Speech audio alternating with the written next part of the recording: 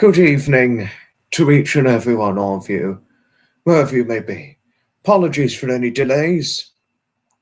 Had to sort out some chores. Sadly, obviously didn't get through them very well, but better luck next time. It's a hard day. But to this live stream, I want to take the time, to present and represent what is today the 5th anniversary of my wonderful late grandfather Edmund, who unfortunately, as you know, he sadly passed away on this day 5 years ago. Half a decade ago today, my grandfather died. I remember the very day when this happened. I remember this day 5 years ago as vividly as other previous memories I've got. This one certainly sticks in my mind as vividly as anything. But my late grandfather,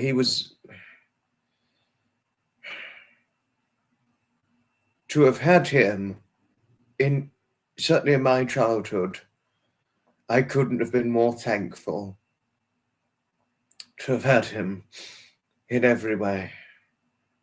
This anniversary is hard because it's exactly half a decade ago since he went, which is a hard anniversary to cope with. Bit sad. It's 5 years today since my grandfather died, Charlie. But this is true. The memories will never be forgotten. You certainly couldn't have put that more correctly, Charlie. You certainly couldn't have got that more correctly. And this is the day, to reflect with utmost appreciation on the memories that are undeniably going to sustain me in the long term for a lifetime to come, the memories of my late grandfather Edmund. An old friend of mine said to me, he lives in Israel, he said, "May your memories of your Edmund sustain you." That's a very nice compliment. It's a very nice compliment in itself. The memories of my late grandfather will always sustain me enormously. I mean, that can undeniably be said. Hello to Maria and Hailey. Thank you, Hailey. Thank you for your support. There were a lot of wonderful stories that sometimes my Edmund would share to me as a little boy. And the memories, his childhood memories, that is. And of course, my grandmother would sometimes share some input into it as well. He had an interesting childhood, from learning German in school and to a school that had a very unusual and obscure dress code. Unlike a lot of schools back in the 1950s, they had a smart dress code, but this school he went to was completely different. It may come across as a mere bit amusing, but the dress code at my grandfather's school, primary school that is, which was at a primary school in Woolston, not far from Hampshire, because he grew up in Woolston, near Hampshire. The dress code was, they had all students had to look very scruffy. Scruffy clothes and scruffy caps. And if any of his classmates lost their caps, they would get into serious trouble. And it was nothing like a smart dress code. It was a scruffy dress code his school had, which is unusual, which you'd think back in the 1950s, that's very unusual. But this was what it was. It was just an exceptionally unusual school dress code, as one could imagine.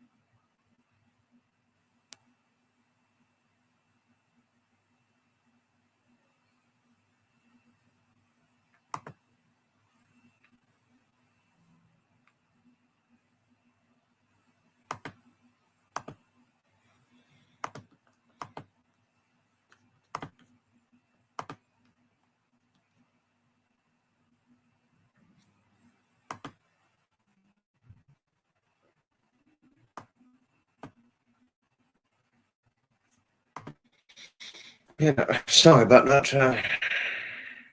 Yeah, so could one imagine having a dress code where one has to turn up scruffy to school? But he'd had some interesting memories because his late grandparents, his late paternal grandparents, on his father's side, that was, were miners. He had a bit of a mining background in his family, which was from his paternal grandparents who were miners. Though his father, his late father Herbert, didn't go down the path of mining. He went down to a pathway of a teaching career instead.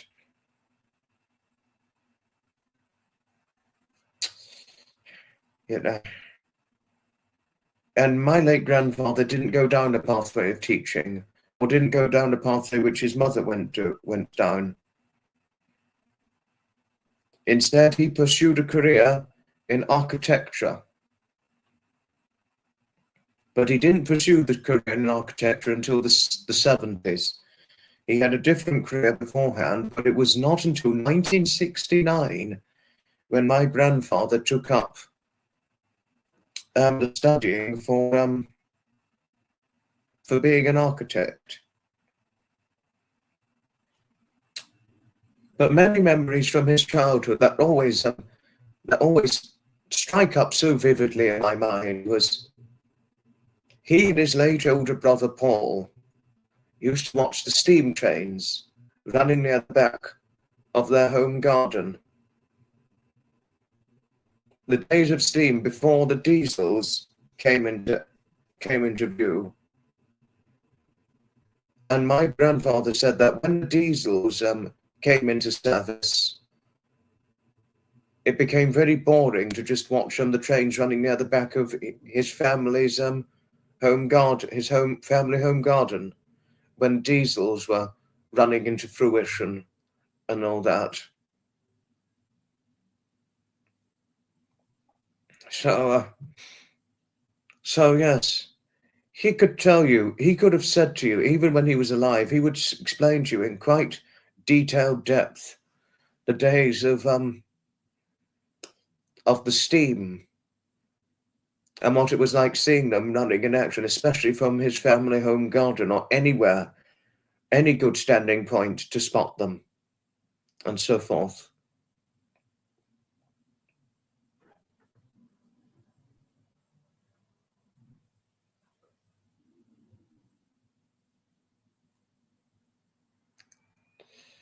So, and he had an interesting career as an architect, and it was the summer of 1976, one baking hot summer of 1976, my grandfather was working on an architectural drawing. As he was working on the drawing, a drip of sweat leaked down from his forehead and splat on the drawing, came onto the drawing, messing up the architectural design. I could remember him telling me this vividly when I was a child, and he even did tell me this when I was a teenager.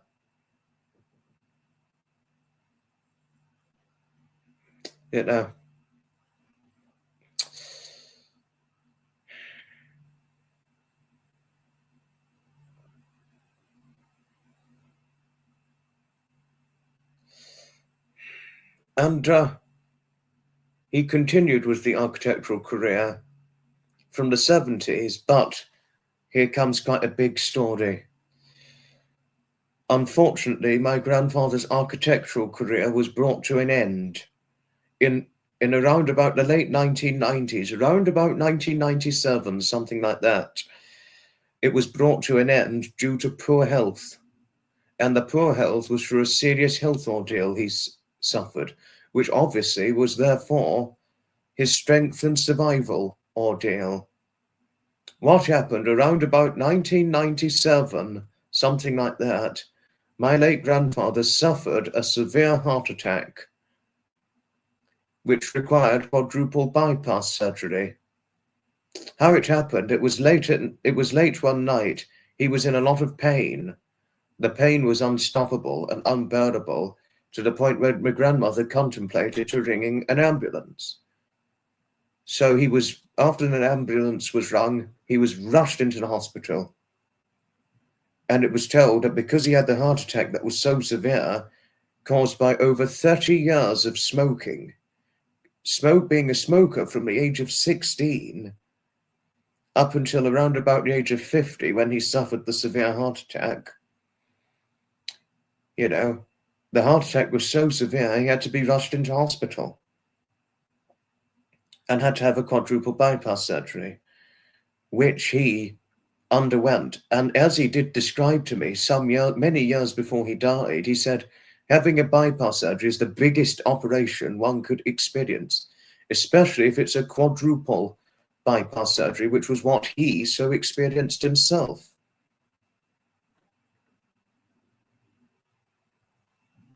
So he underwent the bypass surgery.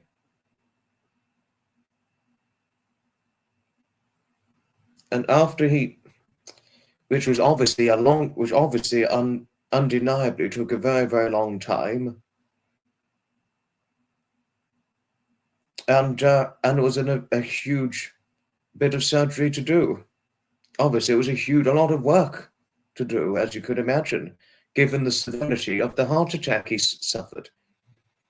He got through the quadruple bypass surgery, but most unfortunately, when the surgeons finished my grandfather's bypass surgery, they accidentally damaged his esophagus. So what this meant, post-bypass surgery, my late grandfather, he couldn't swallow very well post-bypass surgery. So eating and drinking post-surgery just wasn't his pleasurable enjoyment.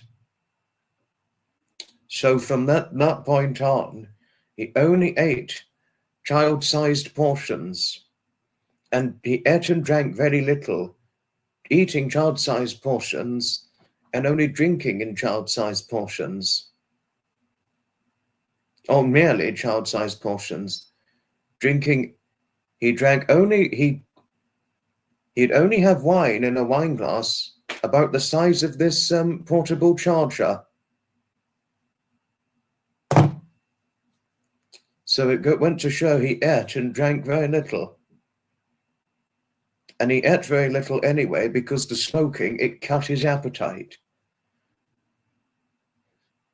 Short as he was, my late grandfather, short for height as he was also very petite, as you can imagine, but certainly tiny, and post-bypass surgery, which therefore meant he was in poor health. So the remaining 20 plus years of his life, which remarkably impressively survived another 20 plus years post quadruple bypass surgery, it came at the price of poor health. Post bypass surgery, that is. So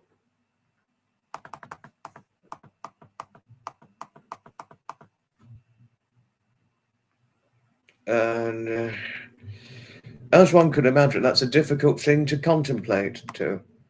It is, oh goodness, to drink, a wine in a glass about this sort of size and child-sized portions. That is, oh goodness, for especially an older person.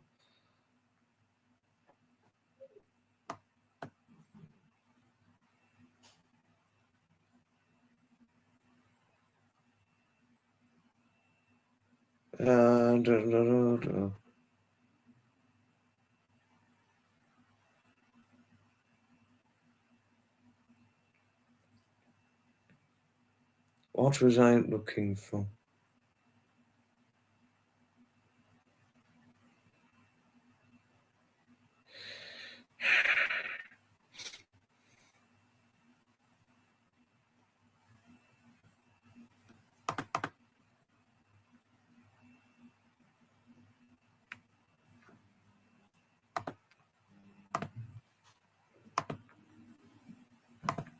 And hello to Bill. Oh, I looked up to him big time, my grandfather. Yes, it's the 5th anniversary today, Bill. 5th anniversary, a hard one. But this is it.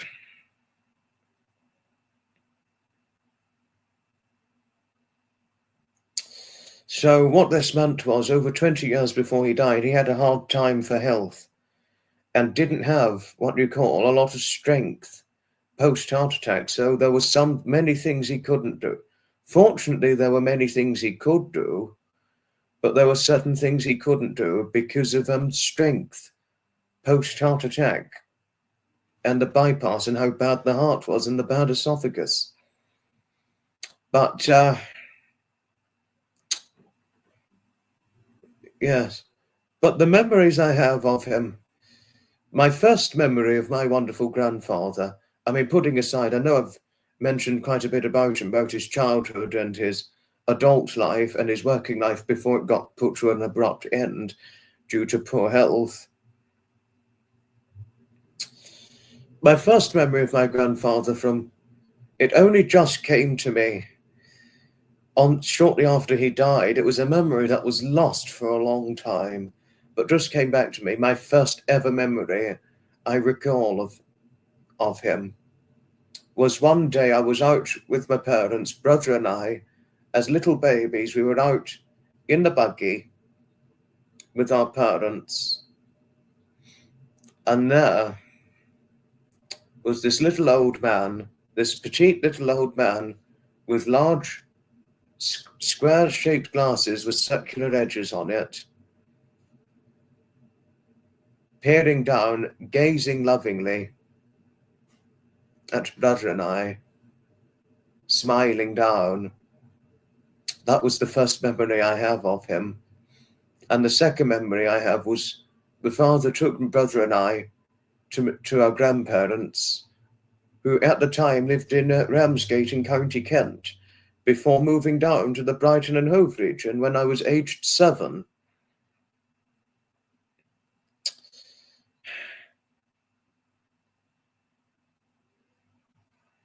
And then I saw the same man with the large, petite, large square-like glasses with circular edges on them. That was him. And that's how I've always remembered what he's looked like. And that was the next memory I had of him.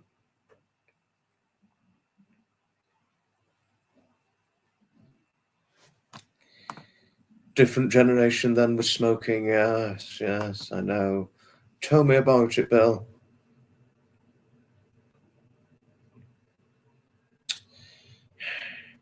And but what changed a lot of things? I mean, still, my brother and I went to see my grandparents when they lived in Ramsgate. But what changed a lot of things was when they moved down to the Brighton and Hove region. And what this meant was, say, if our parents were too busy and couldn't look after brother and I, for example, our grandparents, they were there to look after us whenever needed, which came, that was, it was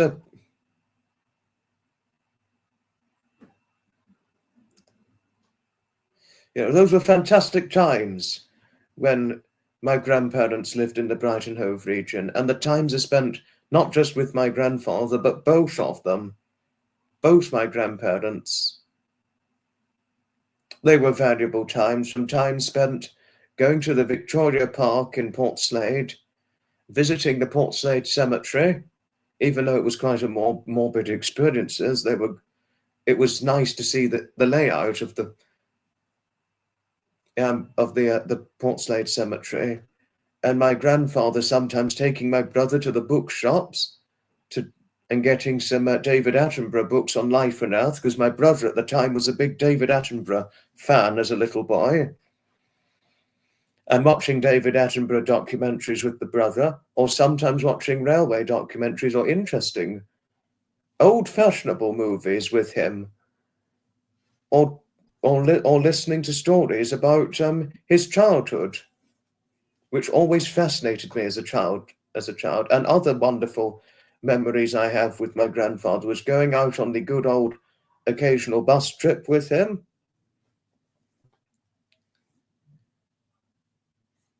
And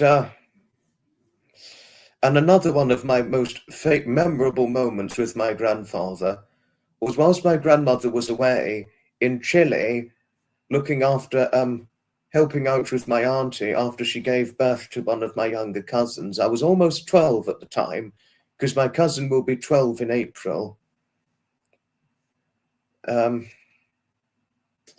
He took me, very kindly, took me out on an outing trip to Woolston in Hampshire, his hometown, which was where he took me. I was a mere 11-year-old at the time, and he was then 66, going on 67. And despite poor health, he was up for the trip. And we did it. We did the trip. And a thoroughly enjoyable experience, I must say. It was a well and truly a thoroughly enjoyable experience.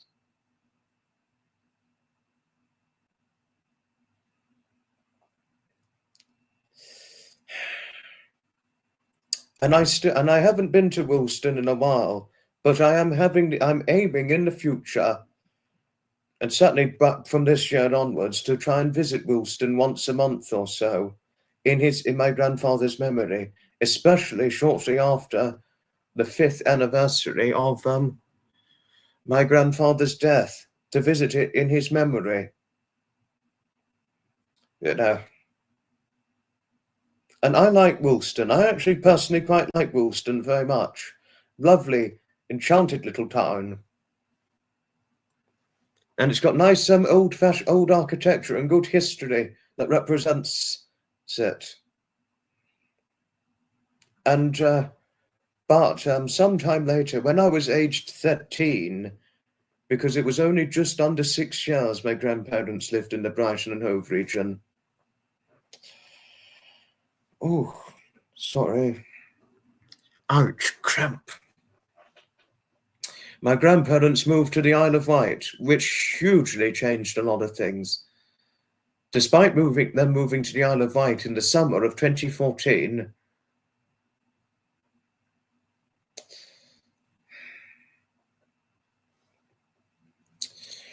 I still went to the Isle of Wight, and I spent nearly every school holiday until I left school.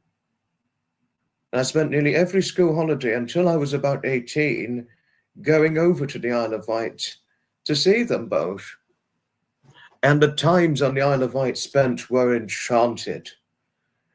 Time spent from going for a walk with my grandfather along the Shanklin seafront, to sometimes him taking me out for an excursion in then the camp van, but then which broke down and had to be scrapped, to a nice little enchanted little old red car, to seeing certain sites of Shanklin, like the Bembridge or the Goats Hill Model Village, and going out on the Isle of Wight steam railway together that we used to do nearly every time I went to the Isle of Wight, and going to a nice little museum with him, nice little old transport museum, appreciating the old history of older things, and old historical things, that is. Those memories spent with him when he and my grandmother lived on the Isle of Wight, which was where they were living at the time of his death. Those were valuable memories. Those ones are going to sustain me enormously. The memories pre-Isle of Wight and during that post-Isle of Wight, those are valuable memories to sustain, which will certainly sustain me in the long run. But shortly after my grandfather's 70th birthday, months after his 70th birthday, in 2017, my grandfather was showing signs of fragility. He was showing signs of aging and fragility. He was with a frail look. But despite the frail look, he battled on living. But it was shortly before the new year of 2018, my grandmother forbade visitors for the New Year's season because she was concerned about his health, because he was eating little and showing signs of looking not so well. I didn't go to the Isle of Wight until then, just after Easter of 2018. And seeing my grandfather then, he was looking frail at this point. He was looking quite frail. Certainly at the age of 70, he was looking frail. Age 70, previously looking his age to suddenly looking about 83, something like that. And then a year later, the following year, 71 and looking about 88, and could pass for being in his 90s. He was showing signs of declining health. Poor health as he was already in. It looked like his poor health was his health was in further decline. But we still had some good time, but we still managed to go to the Isle of Wight Steam Railway, and he took grandmother and I to see a tractor event that Easter of 2018, which were obviously, as one could imagine, good and wonderful memories.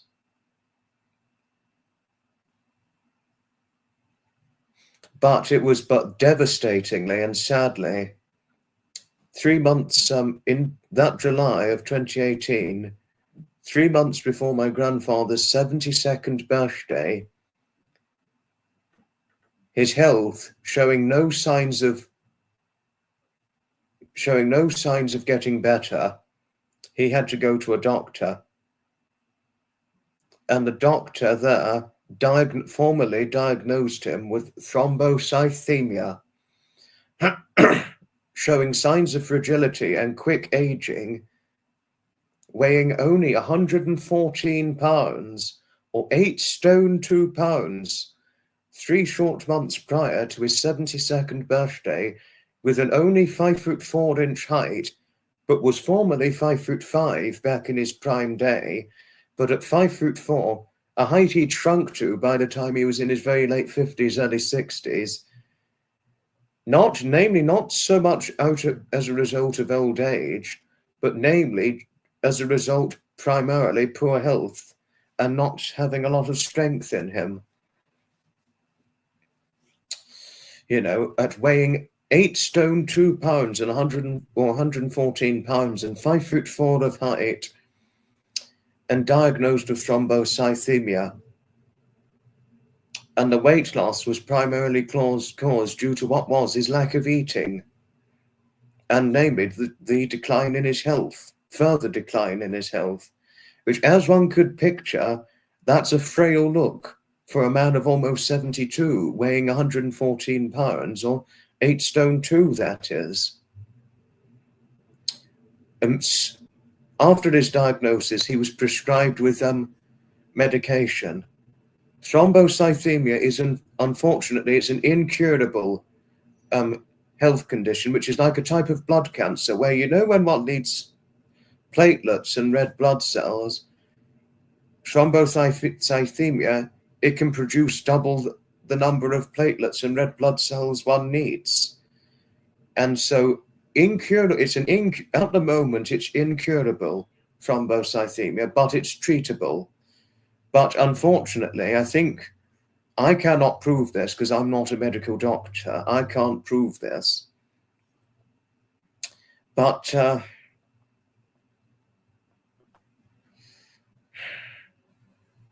I think this only exacerbated his over 20-year battle with poor health, the thrombocythemia.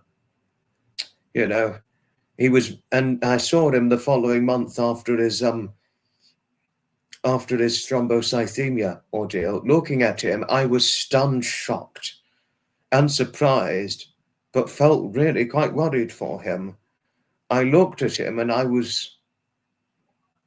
just looked at him. I said hello, but then my face went frozen. The sight of my grandfather, an increasingly frail look, and visibly aged, only months, it was a few short months, he had visibly aged in 4 months post-diagnosis.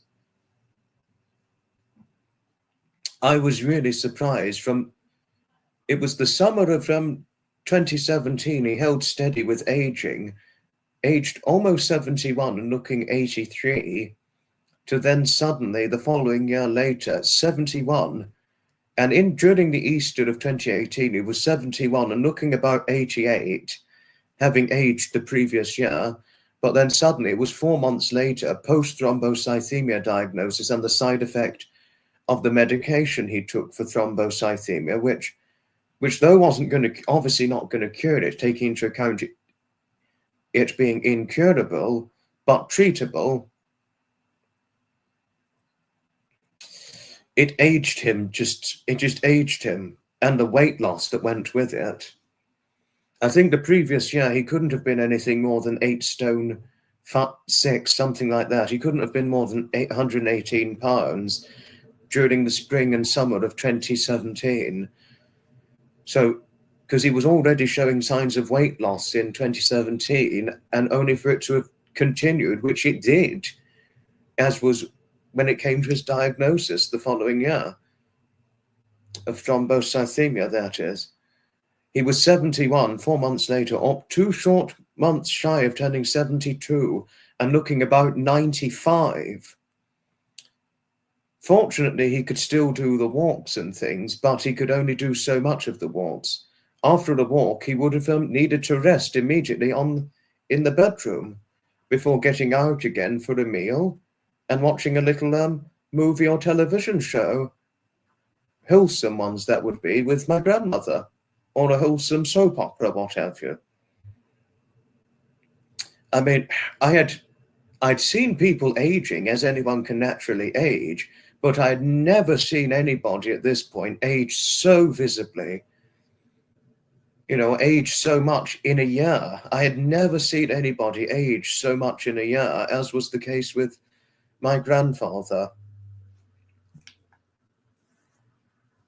I mean, really, I'd never seen anyone age so much like that.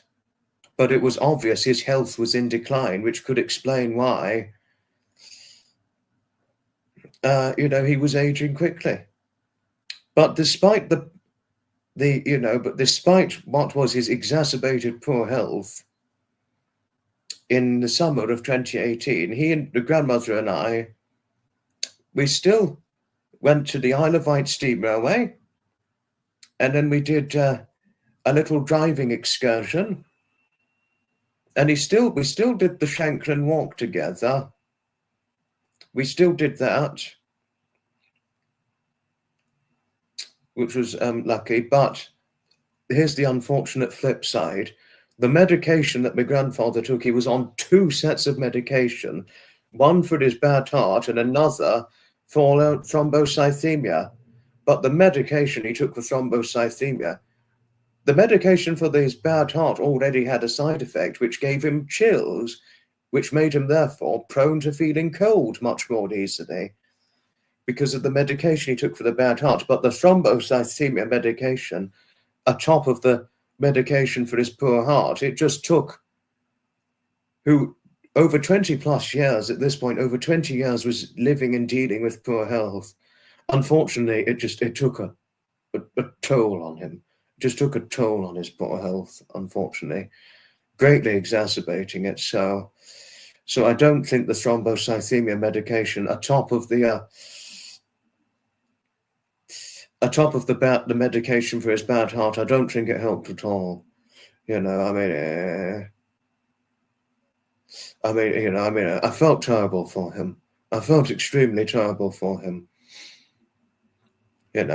But it was the following year, things were no better for my grandfather's health. It had been over a year since his thrombocythemia diagnosis. And at this point, his poor health had was just enormously exacerbated, and it was that summer of 2017 where I just knew that his poor health was just enormously exacerbated and in a very steep decline, and he'd lost even more weight at this point, weighing only 7 stone 8 the following year, 2 short months prior to what would have unknowingly been his final 73rd birthday, and weighing 106 pounds or 7 stone 8, and his poor health, which just took a serious, just took a toll on him at this point. His poor health was just enormously exacerbated, and a huge weight loss, going from 114 pounds or 8 stone 2 to 7 stone 8 or 106 pounds the following year. His health was just in a steep decline, and he could no longer do long walks. He was very increasingly limited to how far he could walk. He could only walk as far as the bus stop and back from what was his and my grandmother's home residence on the Isle of Wight, which couldn't have been any further than about 150 odd yards. And that was as far as he could walk, and could get on the bus and could only walk roughly 150 odd yards or so, something like that. So walking increasingly shorter distances at this point, and he could no longer do the long Shanklin walks, and that was upsetting. Obviously understandable because of poor health, but it was an upsetting thing to contemplate too. One never could have thought he'd deteriorate so quickly once he took the thrombocythemia medication and post-thrombocythemia. And at this point, by this point, 6 months before he died, he looked like it was like looking at the oldest man in Britain who had ever lived, looking more than old enough to be my great-grandfather at this stage, despite only being 72. At 72, almost 73, I thought he could have possibly been about 113, something like that. He'd aged, and this was only a year later. He'd aged so much and deteriorated so quickly, it went to show he was very desperately ill with thrombocythemia.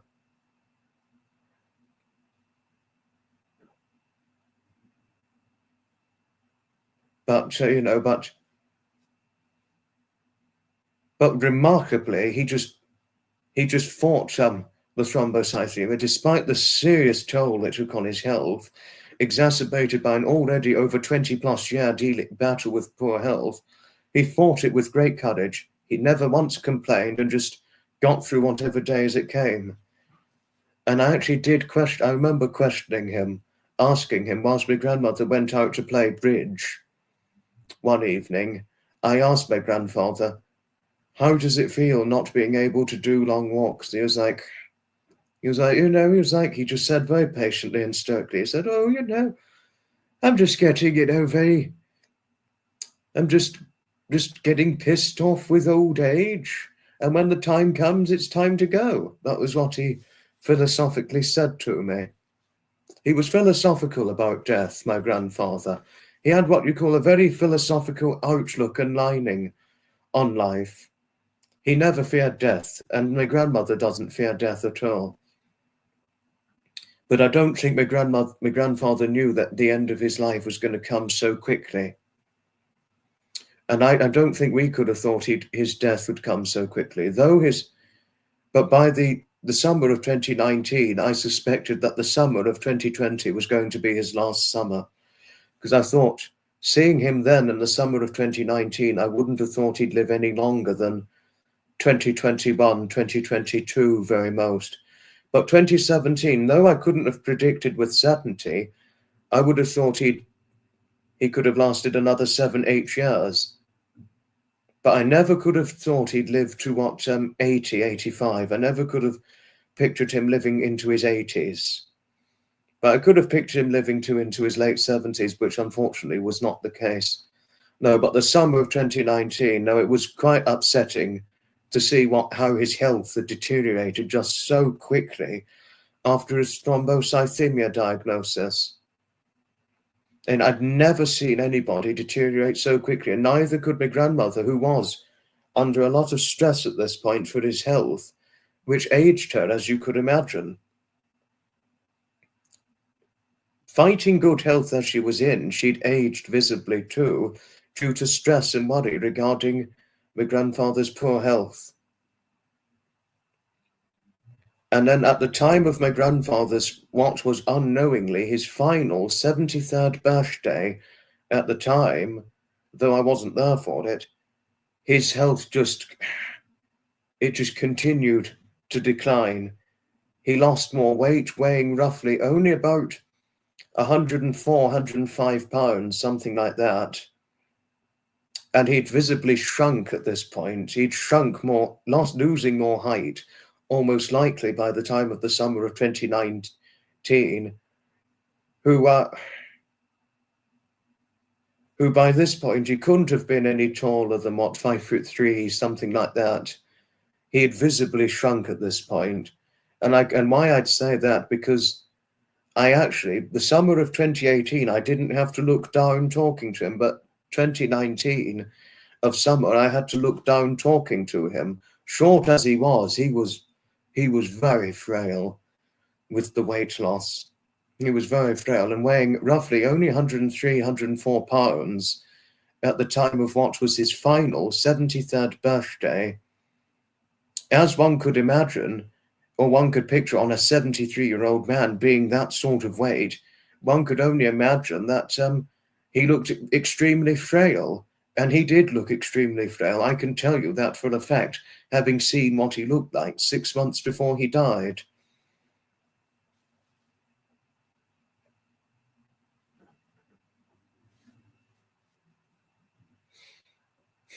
And all that.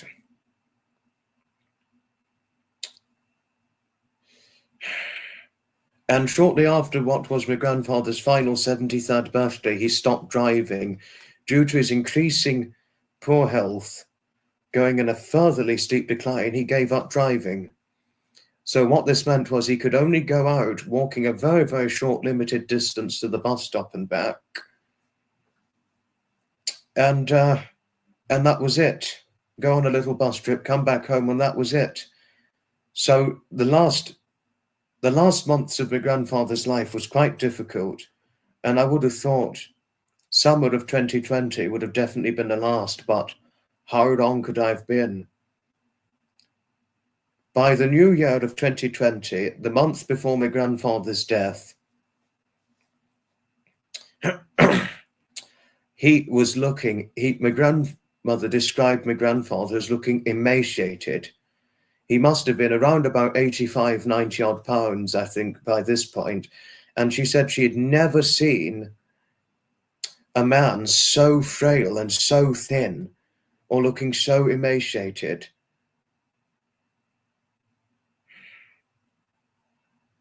She'd never seen a man looking so emaciated and so frail, and even let alone as a 73-year-old man. So I knew the year, if he'd survived throughout 2020, was going to be a worry for my grandfather.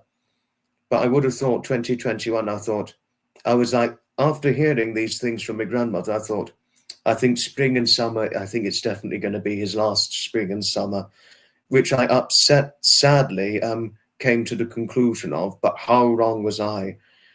And how quickly did his demise come? In the early hours of the 18th of February, 5 years ago today, my grandfather, fortunately at home, passed away in his sleep after I think was almost likely a 3-year battle with thrombocythemia, but wasn't diagnosed until the following year. Passed away peacefully in his sleep with my grandmother at his side, only aged 73, a few short months of 74, unexpectedly. And I could remember the following morning, my father spoke to my brother and I. And when my father spoke to my brother and I, trying to share the bad news, he broke down in tears. once the tears and the cry and the sobs became more controllable, he sadly said that our grandfather had passed away in his sleep that very morning, and that we should go over to see my grandmother to give her some emotional support.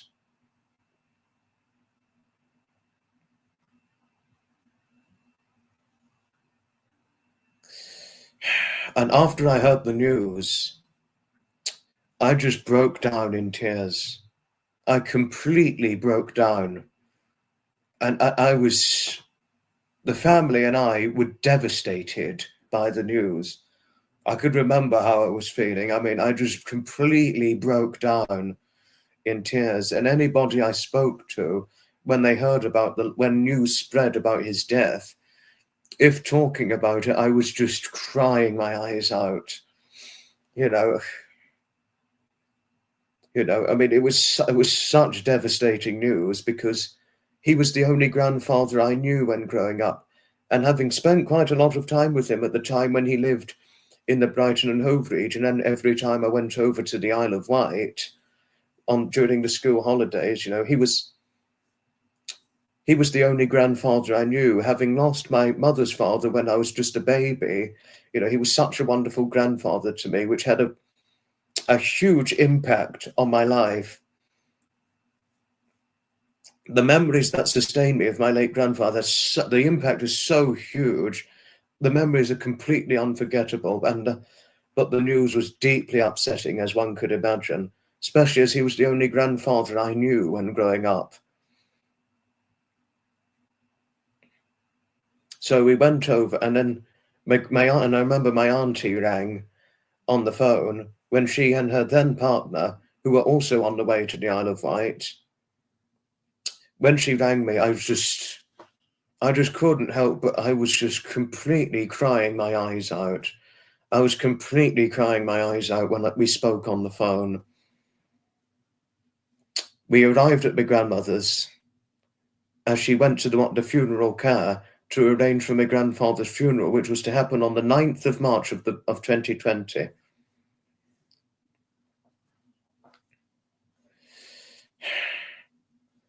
I just didn't know what to do. Though I was at the grandmother's, I just didn't know what to do. Even though I found it hard to socialize and talk a lot, given how I was feeling. And though my grandmother's friend, one of her friends, Jean is her name, nice, lovely lady who she used to play bridge with before she moved away from the Isle of Wight, she came over and she met me for the first time. But we hadn't met very many times at this. I only ever met Jean, I think, about twice, I think, because last time I met her was around about my grandfather's funeral.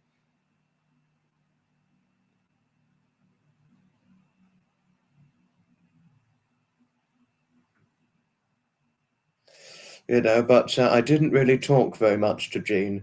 I mean, I said hello, but but as one could imagine, I was devastated.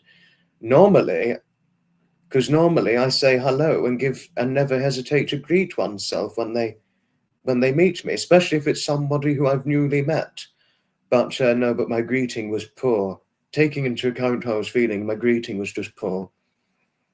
Although she probably would, I know she would have inevitably said I'd need to apologize if I were to apologize to her now. I really should have, though.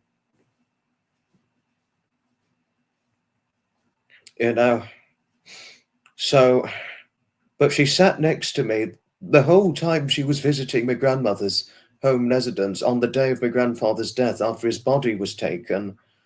She just sat next to me the whole time, and though as silent as mice as we were, or generally silent as mice as we were, we spoke. I mean, I did talk with her, but we really didn't talk very much. And then she left, and that was it. She left, and we said goodbye and then left. We spent the night in the Isle of Wight, but the following day we were going to be going back to the Brighton and Hove region. My auntie and her then partner were going back to County Kent. My father and my brother and I, we were going back to the Brighton and Hove region. But before I left, I couldn't go without taking some of my grandfather's clothes. because my grandmother didn't know what to do with my grandfather's clothes, being most of his shirts and his jumpers, which I inherited. Fortunately, most of his shirts and jumpers fit me okay. Short as Edmund was, and petite as he was, because he was a petite man, his shirts were fortunately a good fit.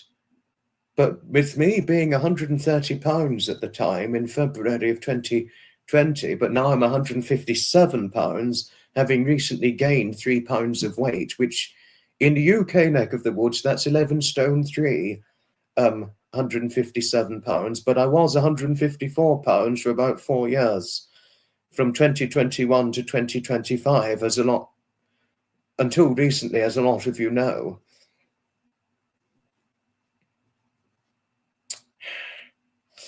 You know, my grandmother didn't know what to do with his clothes and some of his blazers, and even let alone some of his ties. But I was willing to inherit them.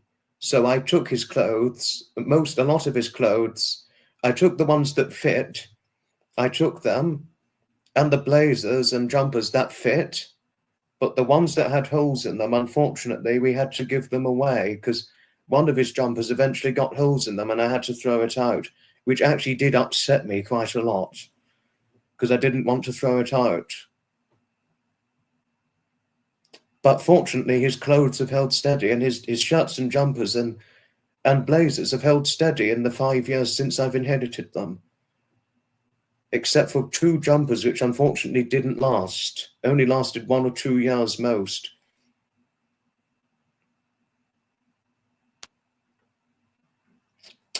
You know. So I was willing to inherit them, which I did. And this is my grandfather's jumper. This is my grandfather's jumper right now as we speak. That's one of them. So I inherited his clothes without hesitation. And then within the next 3 weeks, it was my grandfather's funeral. I went to the Isle of Wight for about a roughly 3 or 4 day stay to give my grandmother some company and some emotional support prior to the funeral, just to make sure she was okay. I went to the funeral, but when the day of the funeral, it was a very, very sad day.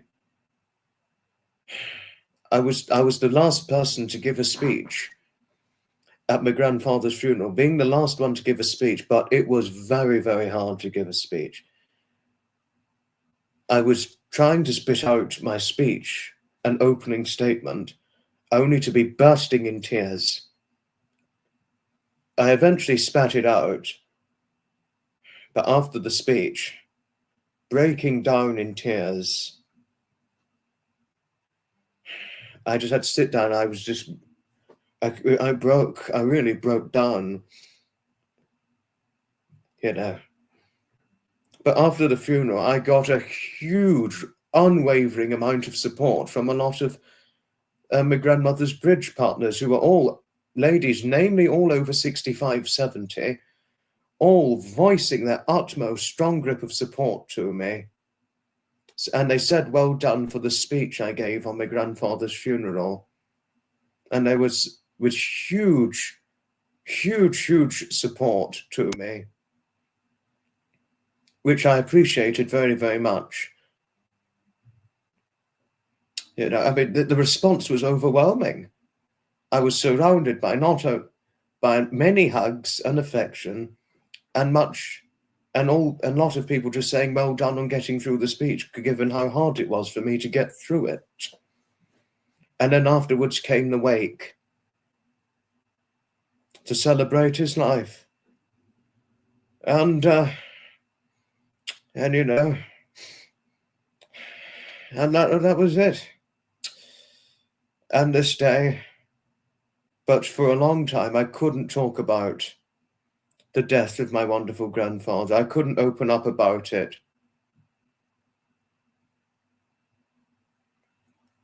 I just couldn't talk about the death because it was so enormously impactful and yet extreme, you know, But the loss of my grandfather had the worst effect on my grandmother.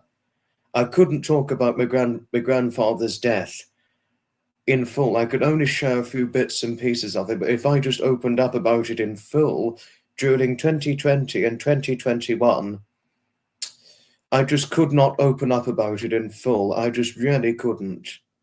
No, I could never open up about it in full. No, because if I opened up about it in full, honestly, I would have just broken down in tears. I would have just really broken down in tears if I opened up about it in full during 2020 and 2021. I was only most comfortable talking about the loss of my grandfather in full and his last days. And most of my memories I sustained of him really in about 2022, sometime 2022. And it was really sometime after I met David, I became more comfortable talking about it, after what he got me into, that I eventually became more comfortable talking about, opening up about the loss of my grandfather in full.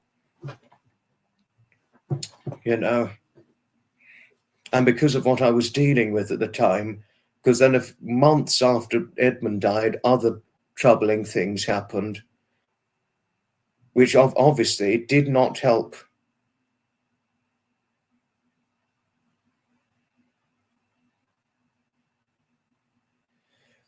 You know, I mean, and given what I was dealing with three more troubling circumstances after my grandfather died, which amounted to 4 in total, all in 1 year. And I was not even 20 at the time. That just pushed me to the brink. It emotionally pushed me to the brink where, geez, bloody hell, I'm a grown man. You know, and it broke me for months. Because I was dealing with 4 troubling issues and troubling circumstances at the time when I met David, over a year after my grandfather died, and at the time of his first anniversary of his death, 4 troubling circumstances. I was broken for months. I was broken many months.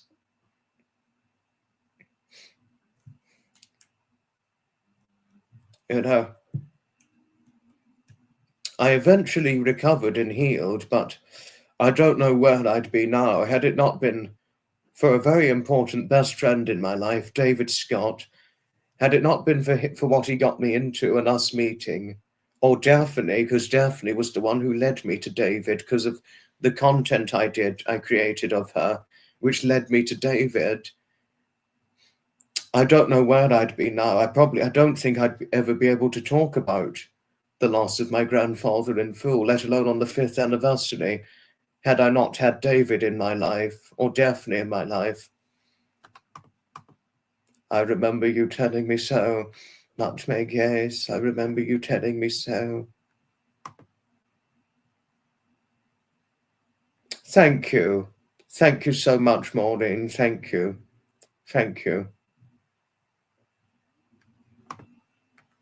I'm happy I've got them. I'm so happy. I cannot begin to describe how emotionally overwhelming it is to have multiple hurts, especially if you're not even 20 years of age, Alice. It pushed my mental health to the brink. It really did. My mental health took a toll for months, for many months. You know, obviously it worried my parents, you know. So having David, and what he introduced me to, there was just a tremendous weight that was lifted off of my shoulders. My mother never knew her grandparents either. I very nearly didn't, Nutmeg. I very nearly didn't, you know.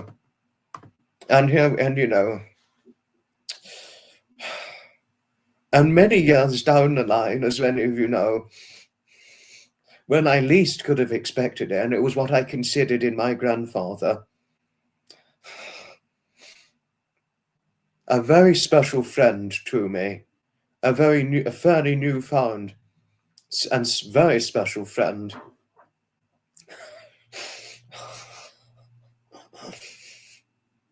She said to me, it was one November 2023 evening, less than a month, almost a month after the birthday anniversary of my grandfather. She said to me only something that I ever saw in my grandfather. Hi, Marcy and Melvin and the pets. Master Wookie, Lady Lily, Little Ghost Guy. Hello, all of you. I least could have expected this in my lifetime. I only ever saw this in him. She said to me, you are the epitome of a true gentleman through and through, which I'd like to say is very refreshing in this day.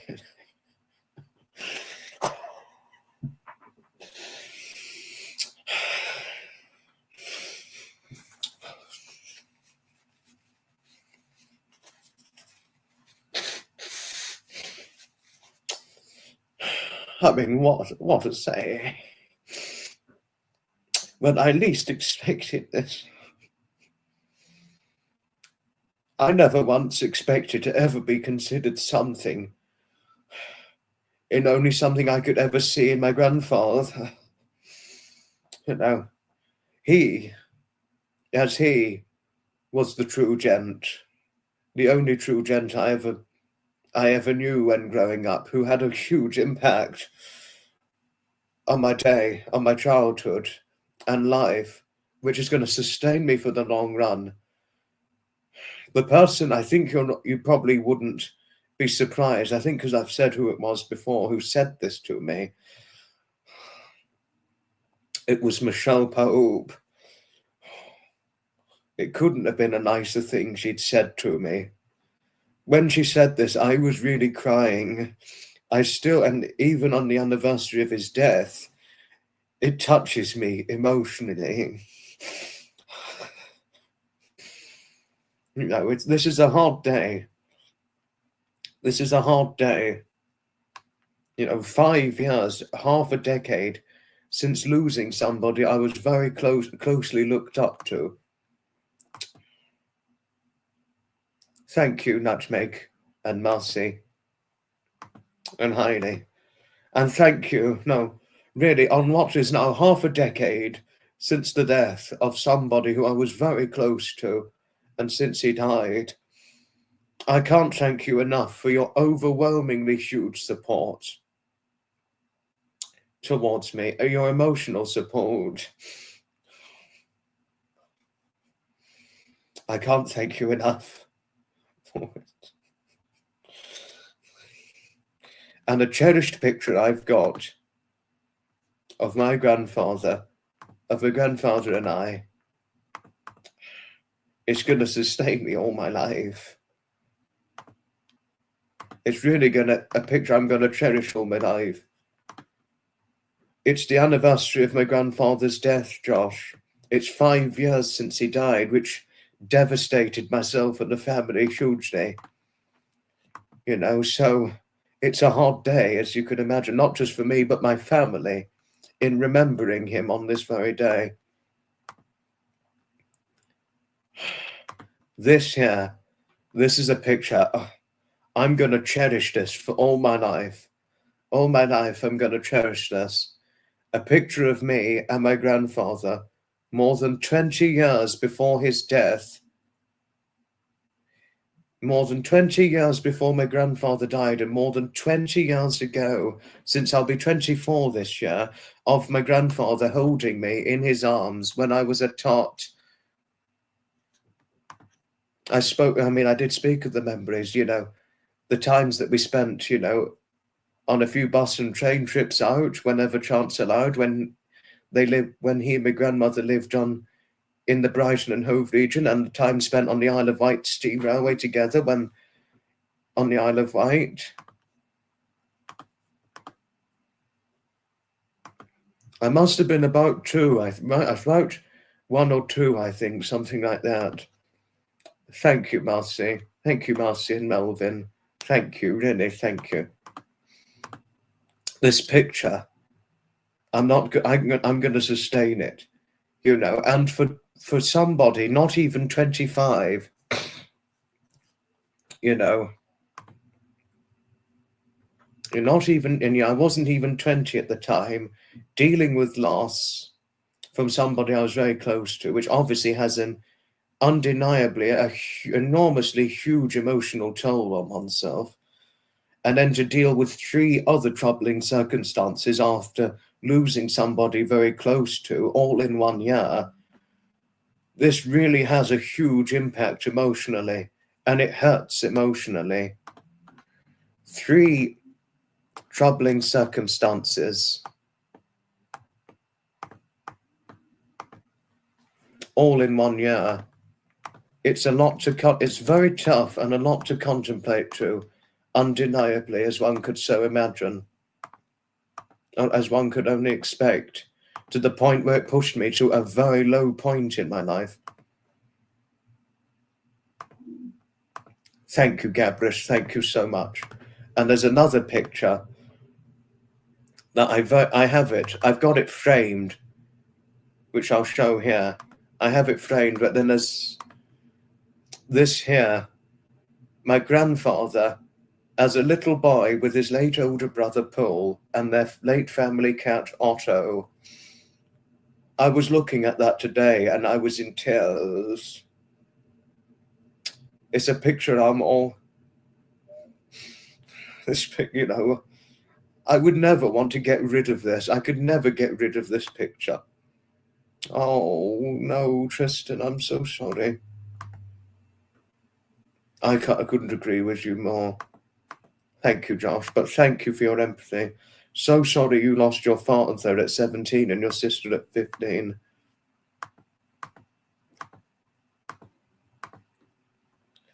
This was taken almost 70 years ago, this picture, and it's a picture I cherish of the 2 of them.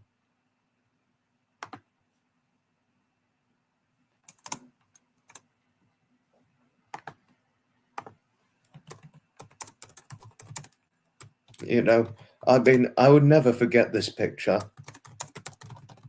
And I could never get rid of it in my cherished possession.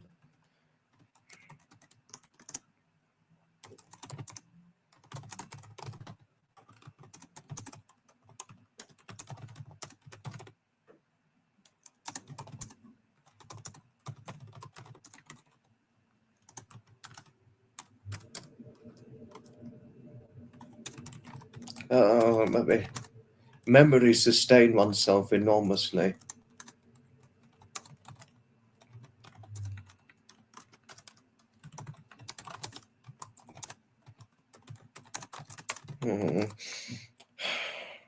Sorry, wait a moment.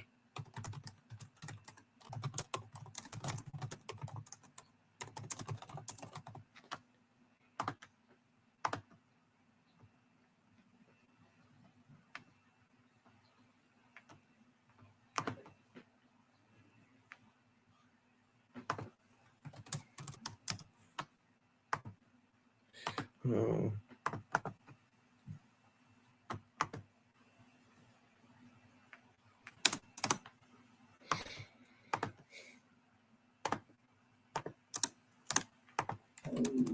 Yeah.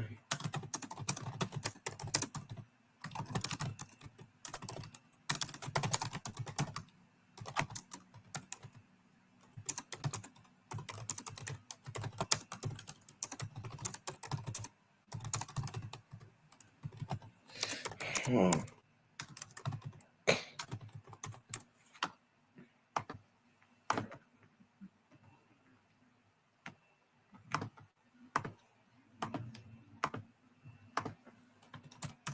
Sorry, excuse me a moment.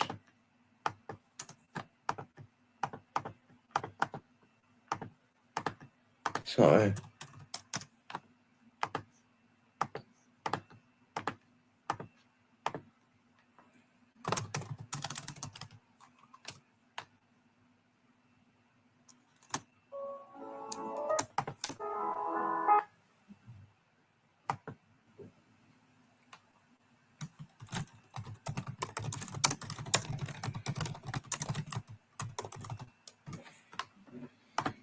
Yes, here we are. Hi, Leah. No, I've still got the memories of my grandfather. I've still got them. Your grandmother passed. Oh, that's so sorry because someone assaulted her. How hard that is. So sorry, Gabrus. I'm extremely sorry. And there's another picture I want to show.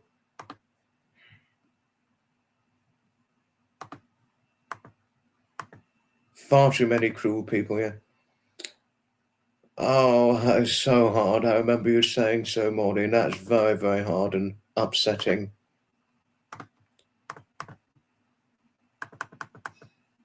I'm trying to find this one.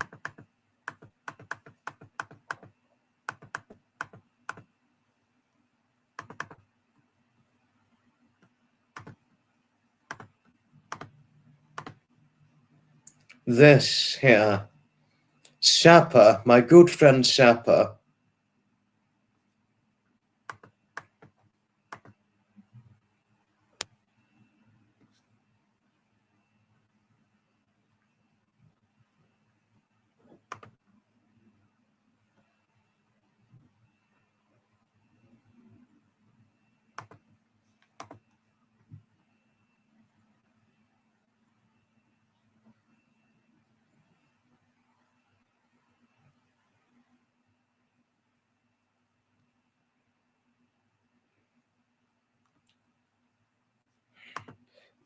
Sapper, he very, very kindly colorized this picture for me.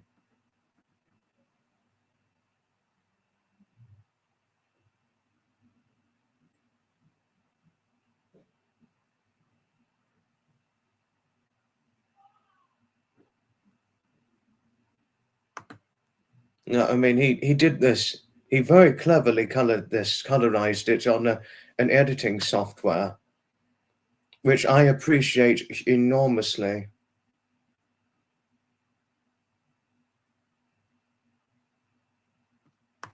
No, death really is hard to deal with. It really is, Alice, I know.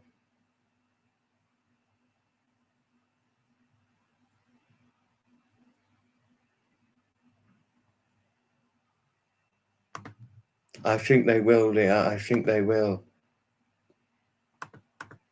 He really, really did, Marcia. He really did. He well and truly did.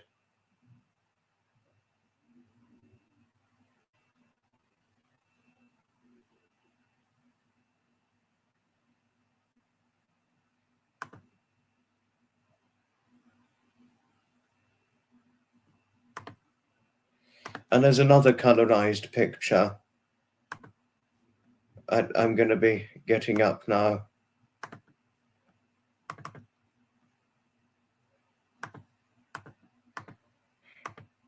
And this here, another picture Sapper kindly colorized of my grandfather and his brother as little boys.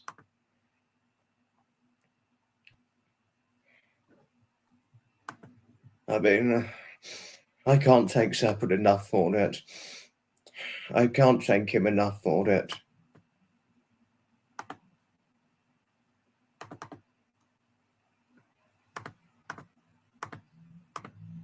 And another colorized picture of my grandfather and his older brother, colorized version. I can't thank Sapper enough for them. I really couldn't.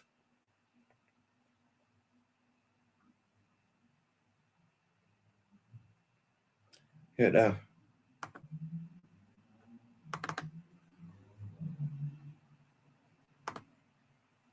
And another colorized picture of my grandfather and his brother climbing a tree. Honestly, thank you. Huge thanks to Sapper. Enormous thanks. Enormous thanks to Sapper for getting the pictures colorized. Sapper and he couldn't have done a more kindly gesture by getting the pictures colorized, Heather. Nice to see you.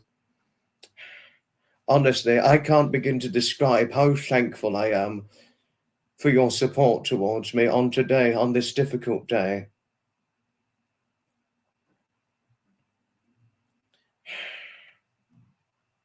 I mean, your support is enormously variable. On the anniversary, on what is the 5th anniversary of my grandfather's death, your support, I can't begin to describe how thankful I am for your support. A good saying when remembering somebody's loss, you know, so long as we remember our deceased loved ones, they will never be forgotten. And there is a good saying, emotional as it comes, emotionally philosophical as it is.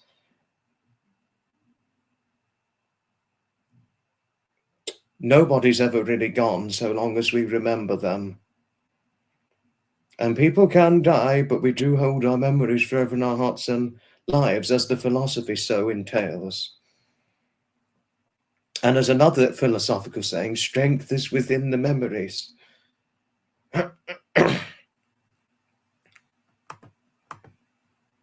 You know, of course. I mean, and had I known any of you at the time when my grandfather died, had I known any of you at the time of my grandfather's death, receiving your support,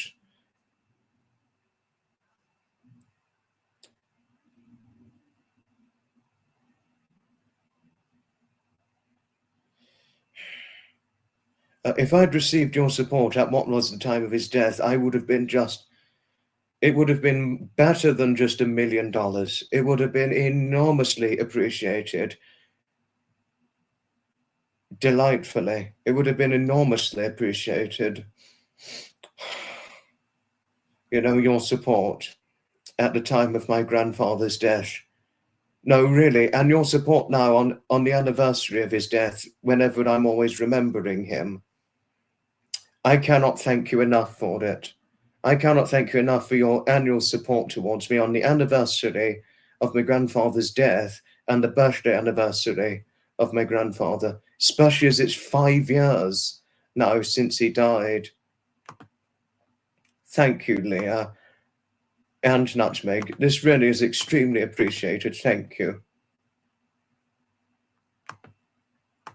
Thank you, Maria. Thank you. One thing I would say to all people who have sustained wonderfully cherished memories of their grandparents, my advice to you is never take them for granted. Appreciate them in the utmost and foremost forthright dignity and appreciation, and never take them for granted. That's the way I always go about the memories I've sustained of my wonderful late grandfathers.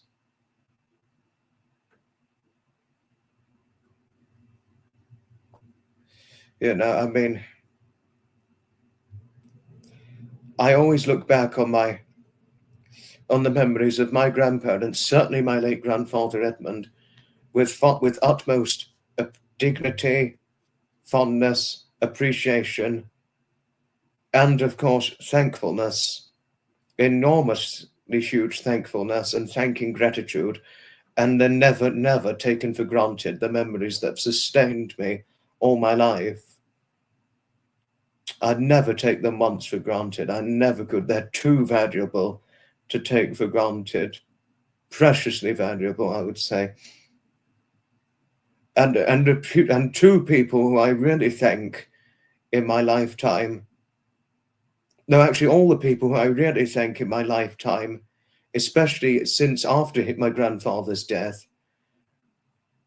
My bestie, David Scott, one person, definitely I'm hugely thankful for having in my life. Lovely Heather, whom I encountered only within months after my grandfather died. And other wonderful friends. Though I'd recovered by the worst effect of the loss at this point, but had I known them at the time of his death, and their support would have just been enormously valuable. Graham, Fiona, Trevor, Sapper. Honestly. I mean, honestly, well and truly, honestly.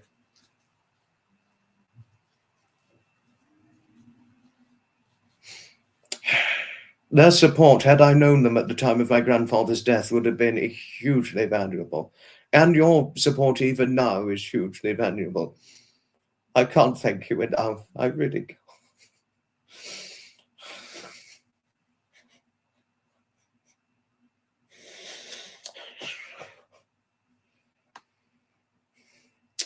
Thank you.